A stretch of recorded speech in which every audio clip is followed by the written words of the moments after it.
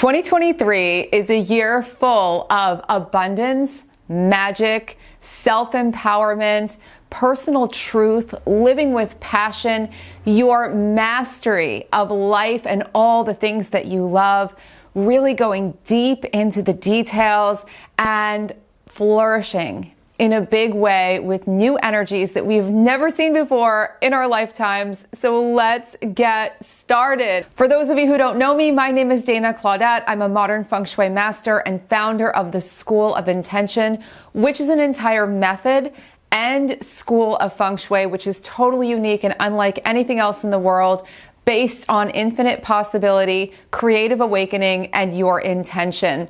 And this year is based on infinite possibility, major creative awakening, and your powerful intention. For those of you who want to become a Feng Shui professional this year, below you can find all the details to join us in the School of Intention training, which is open now for early registration. And you can get all those details below. And for those of you who want to go on a Feng Shui journey this year and you haven't yet subscribed, please subscribe, like, share, all of those things if you like this video, because it helps to share the work. And one of my big intentions for this year is to help as much as I possibly can, sharing as much as I can here, because this is such a year, as I said, of personal mastery. And so many of you have sent me messages that have really encouraged me to create more here, because you've been doing all of the things and having shifts in your home, in your life, in your mood, in your energy, in your abundance. And it's so incredibly inspiring. So thank you very much. Now, before we get into the 2023 themes, I want to give you a few ideas to set yourself up for the most personal, fulfilling success. Every year, even though there's lots of goals and lots of things to do and lots of wishes and lots of intentions, I always set a theme. And by having a theme, it can be like a point of focus for the year. So to give you an example, one year, my entire theme of the year was happiness. It was my year of happiness.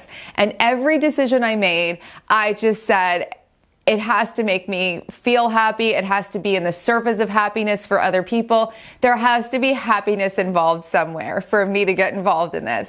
And that was a revolutionary year. And every year I really just feel what feels right to me. What am I craving? What would be so amazing? How do you want to feel? And setting a theme like this can be a little extra special thing that you do to really soar. For those of you who are crafty and visual, I think we all are crafty, artistic, creative, and visual.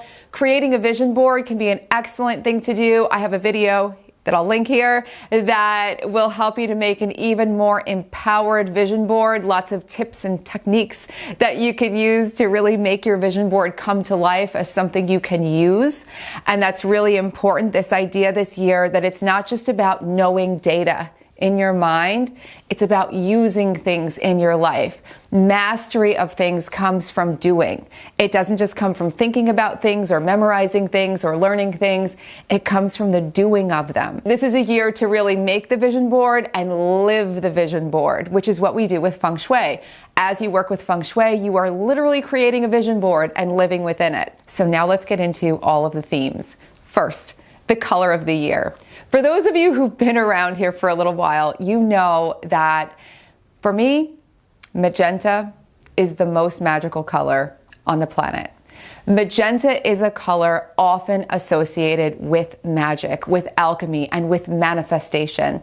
And this year's Pantone color of the year is Viva Magenta. I got messages the moment it came out. It was like, can you see what's happening? This is a magenta year. I just felt such an expansion inside, like, yes, finally we get a year of innovation, of massive, massive creativity, just this collective energy of magic in a great way. Magenta is a really interesting color because it doesn't have a single wavelength of energy of its own, a color wavelength of its own. All color is energy. Instead, magenta has multiple wavelengths, and when we see magenta, what we're seeing is what our mind is fashioning from a whole bunch of different wavelengths. So Viva Magenta this year is this color we manifest in our minds. According to my friend Walla, who wrote this incredible book, Heal Yourself with Color, in this book, she talks about magenta as the color of the innovator. It's a color full of intuition and originality. Now, how can you use magenta in the year ahead to enhance more of this magic feeling in your life? First, really meditate on the color magenta. If you do meditate, or if you can just find something that's magenta and look at it for a little while, even a dress, a shirt, something that's magenta, a crayon, a marker, scribble some magenta, look at it and see how it makes you feel. And ask yourself, how do I want to bring more of my uniqueness, my talents, my genius to life this year? That's the message of magenta. And you might also get some personal feedback from magenta as well. Now, magenta and all color is energy, and all energy has an effect upon us. So you can bring some magenta into your home and splashes and decor. You might wear some magenta, which is one of my favorite things to do when I'm looking to sort of stir up some magic and really feel like I'm in an enchanted mood. You can very powerfully write your wish lists, goals, to-do lists in magenta, magenta Sharpies, fuchsia, magenta pens, really utilizing this color as a splash of energy. You can put some magenta on your vision board. Let this spirit of magenta and all of the awesomeness of you, all of the creativity of you, all of the excellence that is you, that no one else has, your unique point of view, your unique skills, all flourish in the year ahead. This is one of the first years in all of the years that I've been doing these videos that just about every single modality that we're going to look at, from the color of the year magenta all the way through, has something very significant to do with your self-growth, with investing in your excellence, with honoring and valuing yourself, and allowing yourself to shine. That brings me to the number 7. My sister Nicole wrote a more extensive article about the number 7, and you can actually read her article linked below in the description box if you'd like right now. And we're gonna get more into the 7 in the weeks to come. But this is a year of intuition, of mastery, of self-empowerment, of freedom and truth. This sense of truth and what rings true to you. This is a year to seek deep knowledge. So rather than sort of floating on the surface or dabbling, it's great to explore, don't get me wrong. But if you've been sort of dabbling in something for a long time and you've been wanting to learn more, you've always wanted to know more, now is the time to get the books, take the trainings, dive in, commit yourself to this knowledge. And again, this is knowledge in action to build wisdom. So it's not just learning it, it's using it as well. And that's going to be incredibly powerful this year in so many ways. This is a huge year for intuition, your personal sense of inner guidance, you believing and trusting in yourself. And one of the best first steps to take if you're looking to trust in yourself a lot more this year is to dive deep into decluttering. Declutter your home, really clean, clear, organize everything, and create habits for yourself of regularly cleaning and clearing, because when you clear energy, and there are so many videos on this channel to clear energy, I'll link a whole playlist here for you. When you get into this spirit of clearing energy and cleaning and decluttering, you're eliminating everything that is a distraction, everything that's weighing you down or holding you back or pinning you to the past or making you feel out of sorts, so that you can be fully present, fully awake, fully alive in the moment, and really hear and learn to trust your intuition even more. The Lunar New Year, which starts at the end of this month of January, is the year of the water rabbit. And unlike the year of the tiger, which is very charging into the year of the rabbit is gentle. The year of the rabbit is soft, but the year of the rabbit is very clever and very strategic and very, again, that word genius, and very, very good at business, very, very good at strategy and navigation and planning, very, very much in love with harmony.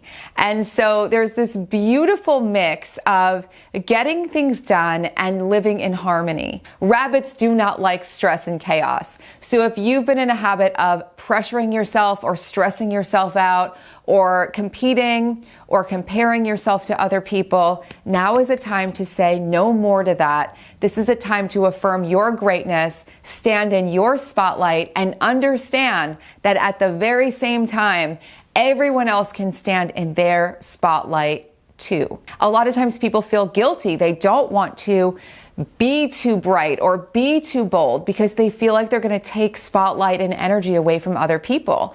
And this year's message, one of the many, is it's so important to shine as bright as possible, to give people the permission as well who feel the same as you to come out and shine really brightly, because collectively that's how massive transformation and magic, all that magenta energy, really happens for all of us. Also, in the year of the rabbit, as something fun that you can do, something very exciting, is to work on your sense of strategy.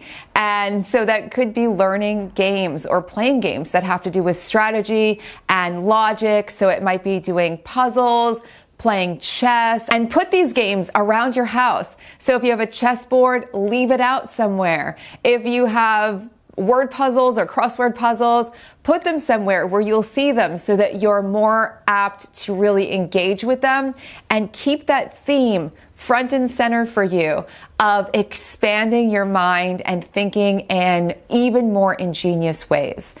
And also in this year, softness is going to be key. Softer, living with a softer sense of energy, looking for more of the path of least resistance, and feeling softer. So wearing softer clothes, softer blankets, softer upholstery, softer pillows, softer, maybe even more pillows on your bed or a sofa, softening things up a little bit and softening your attitude at the same time. Now let's look at the astrology. Interestingly enough, if you've never been someone who's paid attention to the new moon or the full moon or any of those things, this year you might feel more attuned to the cycles of the moon. You might feel more attuned to the cycles of the seasons.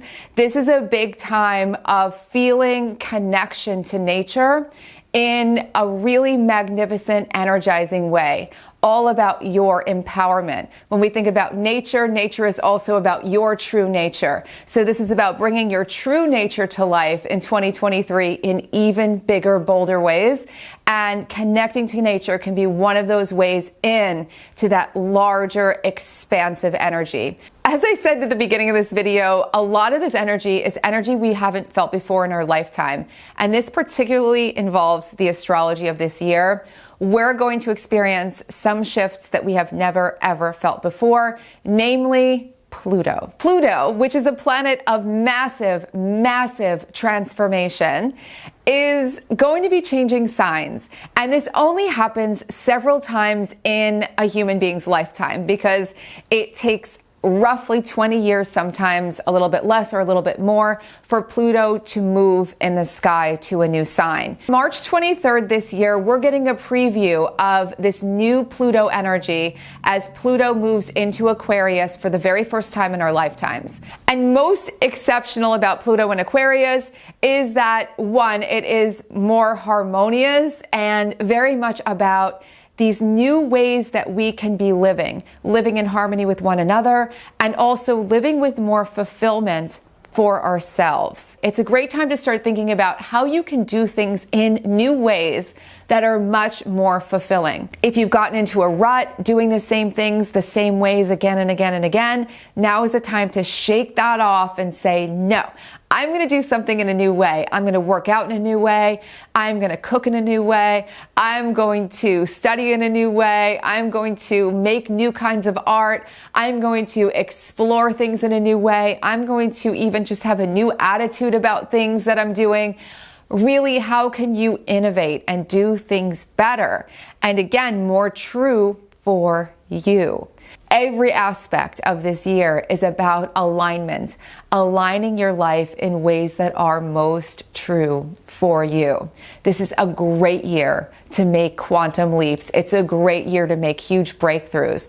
Also, with Pluto coming into Aquarius for this short period of time, it starts to kick off a sense that collaboration and synergy can make things better. So doing things together, working together. If you're used to working alone, maybe you do more collaborations. If you're used to living alone, maybe you get a roommate or you move in with someone. If you are used to being very solo on your spiritual path, maybe you join a group. Whatever it is, this sense of coming together with more people to amplify the greatness. Saturn's moving into Pisces on March 7th, all the way through 2025. And with this shift, there's a sense of structure and freedom. Freedom within structure. So organizing your life to create more freedom. Structuring things so you have more time for yourself. One of the greatest things that you can do for yourself is allow yourself the time to just be and enjoy things. And it's not always easy because we're so busy. We have so many things to do. And this is a year to say, I'm going to deliberately plan time that no one can take from me, that this is my time, this is my family's time, whatever it is, purely for joy. But it really involves reorganizing and organizing, decluttering your calendar, and taking your daily routines to the next level in terms of efficiency. So to do this in a fun way, you might want to get a new planner, digital calendar. You might want to try something like bullet journaling, which is really, really fabulous and can be a great way to keep yourself together. Making a to-do list every day can be a great way to organize all the things that you're doing and really lean into this truth, which is that more structure and more order can actually bring you more creativity and productivity, not less. Finally, Jupiter, which is our great expansion planet. Jupiter has everything to do with expansion and abundance and making life bigger and better in all the most benevolent ways, is starting the year in Aries, where it's lighting up a sense of leadership for us collectively. Again, this sense of self-empowerment and growth. It's a great time to grow more plants in your house, work on the plants you have, upgrade their pots, do a little gardening inside or outside, get things growing around you, see growth around you. Really positive for the first half of the year. Always positive, really. In addition, the first half of the year, while Jupiter is in Aries, it's a wonderful time to stay focused on what you want and really do it in a more bold fashion. So you might even want to write down your 3 or 4 main goals for the year, put them on your desk or somewhere you're going to see them every day, and make a habit of really looking at them, reading them, reaffirming them over and over and over again to stay with your eye on the prize, right? Like really, really clear. Now, Jupiter moves into Taurus on May 17th, and Taurus is a planet of Earth, and Taurus is a planet of money, and Taurus is a planet of pleasure and home and all things to do with abundance. And so as Jupiter moves into Taurus, we have this massive expansion of money. And so the second half of the year is going to be perhaps even more prosperous, but certainly right now you can get into this spirit by doing things to organize and care for your money.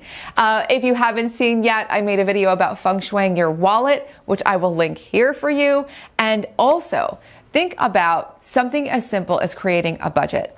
I know that just like sometimes keeping a calendar can seem restrictive, it's actually more productive. Keeping a budget can seem restrictive, but it's actually really freeing. When you keep a budget, you see how much extra money you can make, what you need, what you can accumulate. And if you have something in your mind about having money blocks, I'm gonna link one of the most important videos I think I've ever made on this channel, which is about money blocks and how I believe that focusing on them is a good way to sabotage yourself. You don't need to think about those things.